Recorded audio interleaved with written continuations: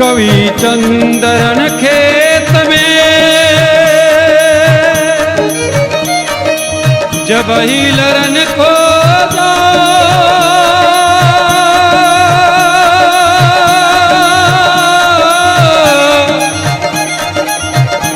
तब आराधे शक्ति को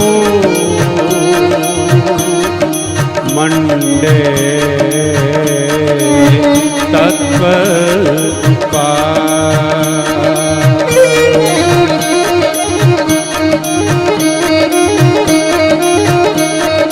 रिद्धि दे सिद्धि दे अष्ट नव निधि दे